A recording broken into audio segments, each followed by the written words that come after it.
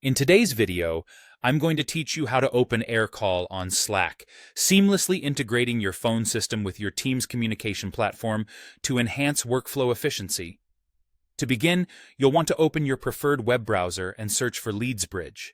It's a platform that assists in connecting various apps, which in this case will help us integrate Aircall with Slack. Once you've found the LeadsBridge website, go ahead and log into your account. If you don't have an account, you'll need to sign up. It's a straightforward process that requires just a few details. After logging in, your next step would be to create a new bridge, which is what LeadsBridge calls a connection between apps. You might also see the terms apps or scenario used, so keep an eye out for those. This bridge will act as the conduit for all the information flowing between Aircall and Slack. Next, you'll need to click on the Connect button. At this stage, you will be asked to add a name for your connection. It's a good idea to choose something descriptive but concise so you can easily identify it later.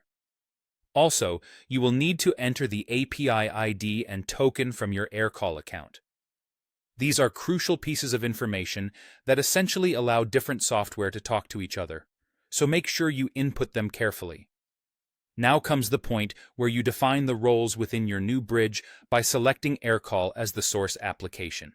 This means it is the starting point for the data that will flow into your destination app, which in our case is Slack.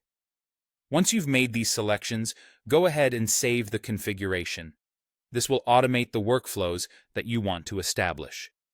An example could be setting it up so every time a new call comes into Aircall, it sends a message to your team's designated Slack channel. Moving along, let's log into Aircall. Once there, navigate to the Integrations or API tab. This is where you'll find an array of tools to connect with Aircall. Look for the Slack integration option and follow the prompts to connect your accounts. This might require you to go through an authorization process within Slack itself, granting permission for the apps to communicate. The final stages involve configuring your notification settings. Here, you can tailor alerts to specific Slack channels. It might be beneficial to set different events to trigger notifications, like when there's a missed call.